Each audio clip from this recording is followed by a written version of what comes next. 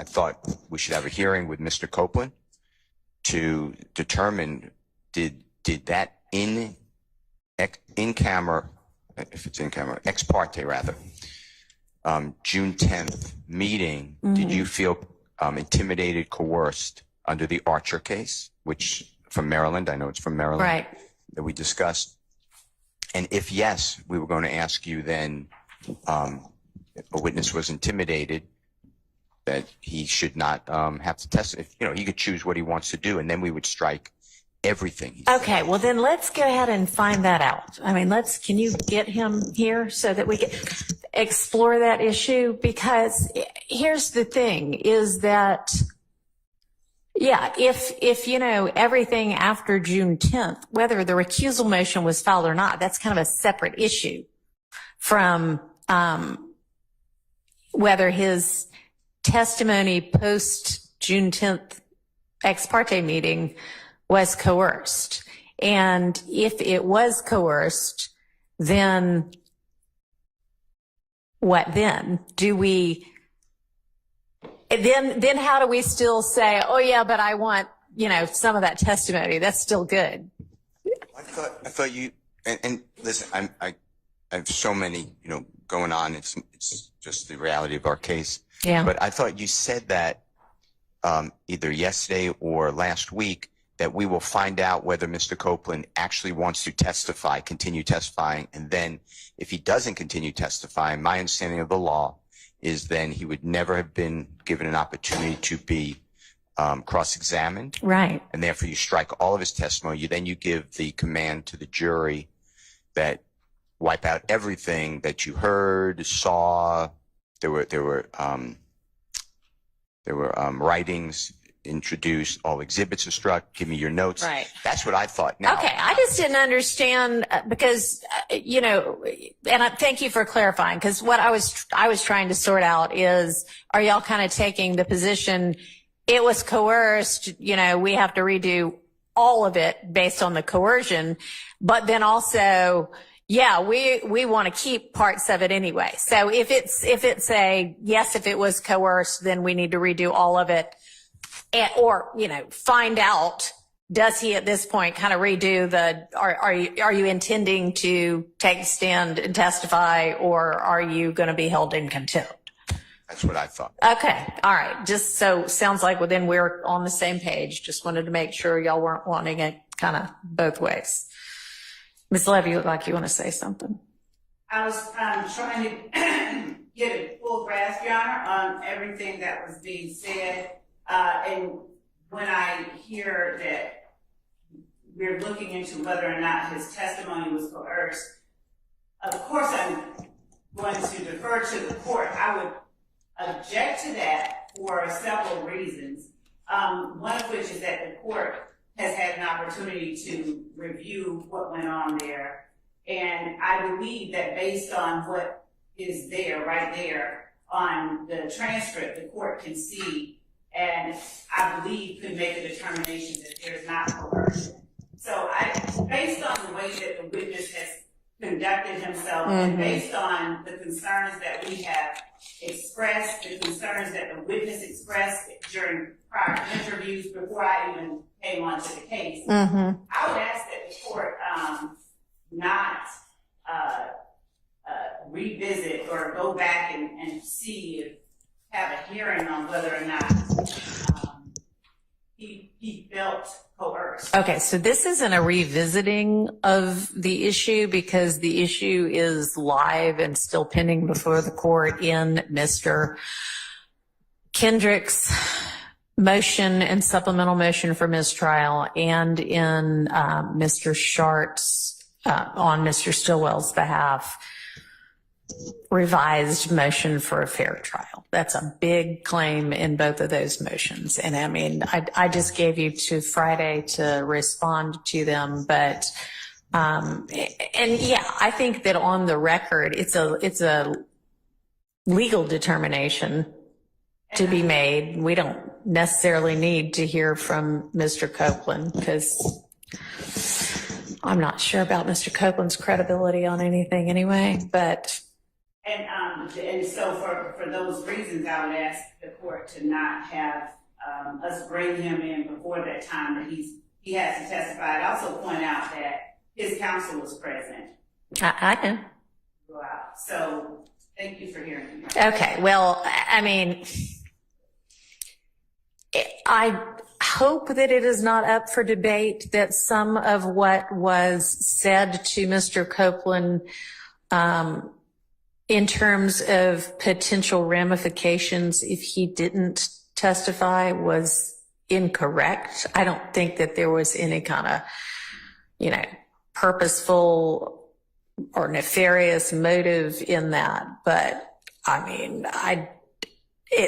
at least with regard to the notion that he could be held until the trial of even the severed co-defendants was completed, I don't think is a correct statement of the law. If you believe that it is, then please provide me with what you're basing that belief on. But I mean, I also don't think that he paid much attention to that at all. He doesn't even seem to have, he kind of basically moved on from that, but that was incorrect.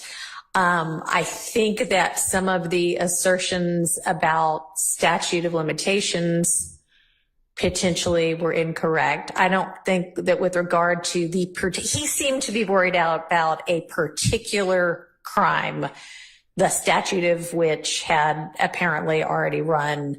But I think that in terms of the notion that he faced no potential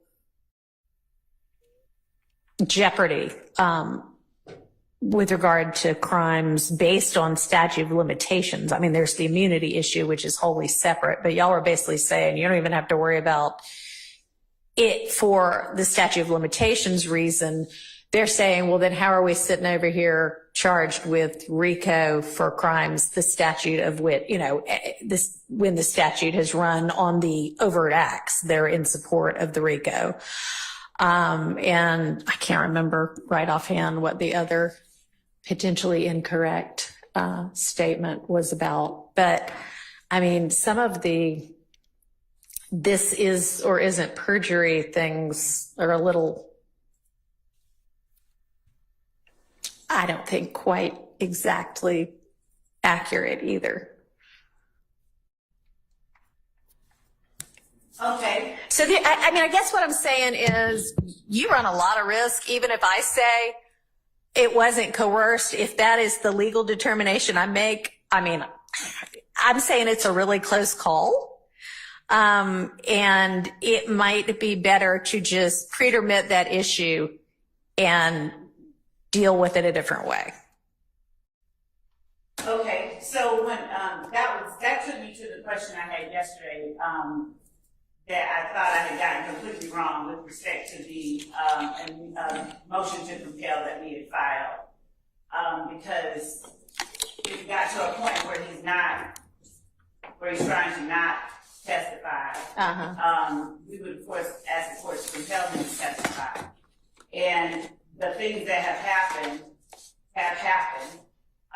And he was, as I said, represented by counsel, as the court's already acknowledged.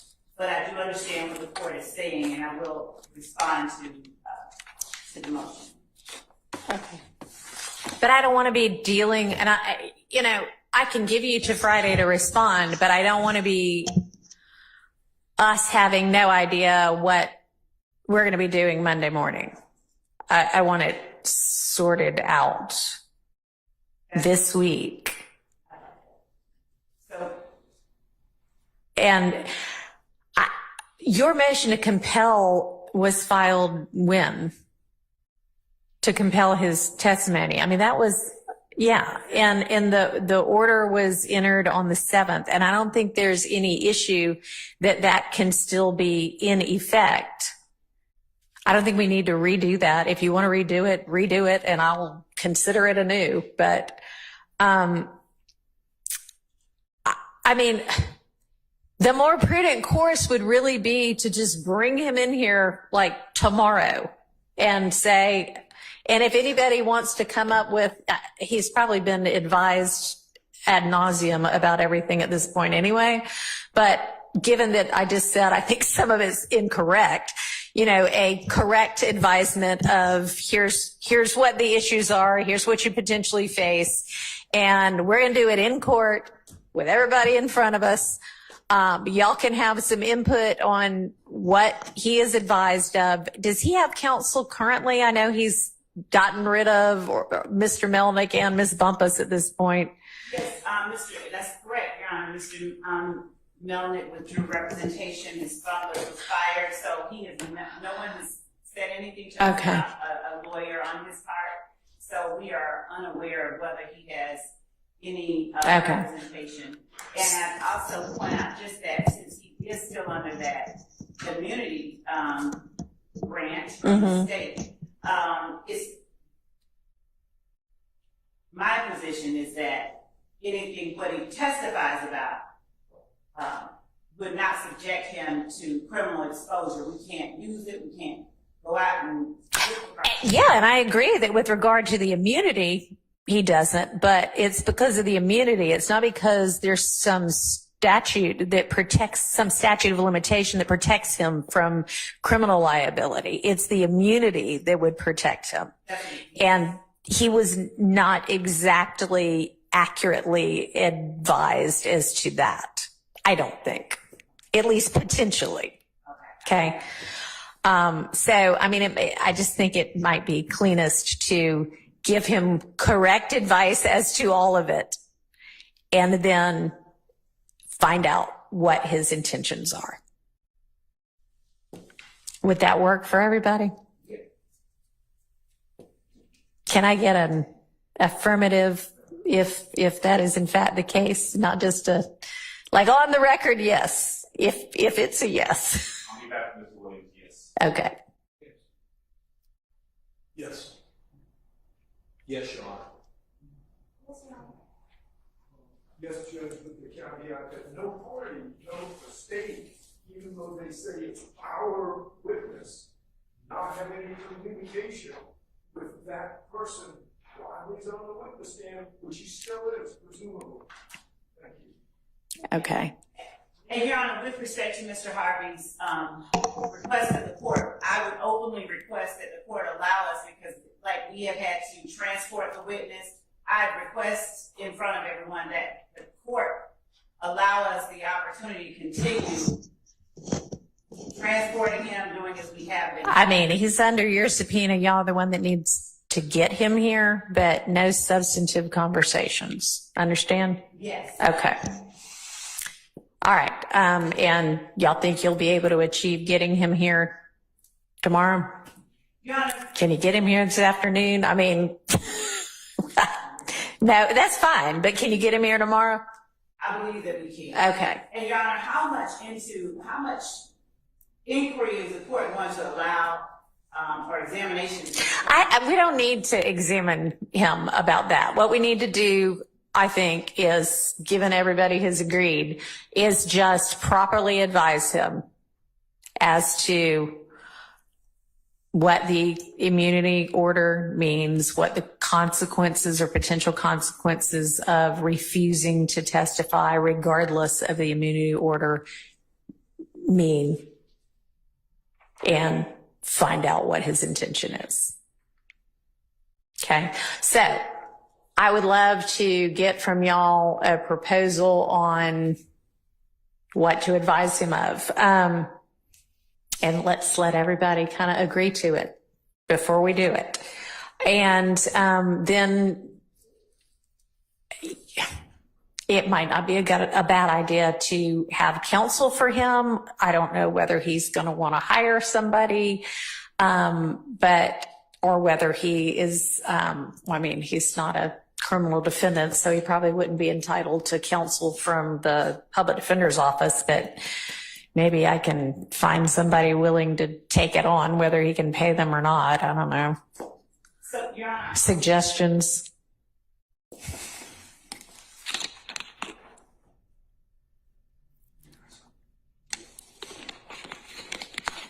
Your Honor, when the court just said about compelling him to testify regardless of the immunity order,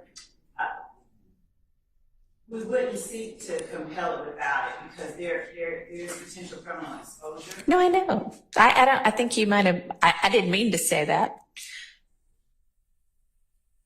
The consequences if he does not testify despite the order. Any ideas about counsel? I mean, I think he's probably entitled to counsel if he wants it to advise him. I don't know. Hadn't done the research on that one. Your Honor, on behalf of Mr. Williams and I think the rest of the defendants, it seems to me most appropriate for the court to at least inquire of Mr. Copeland himself whether he is currently represented by counsel or not, and or what his intention is if he is not. Sure. I mean, yeah, I agree. I guess I can't find that out before he shows up here. I can have someone who just bring him in. Okay. Where he is, so I can actually ask. All right. I mean, yeah, if we can find him and even, I mean, I don't care if he shows up by Zoom for me to ask those questions, you know? I mean, that's fine with me.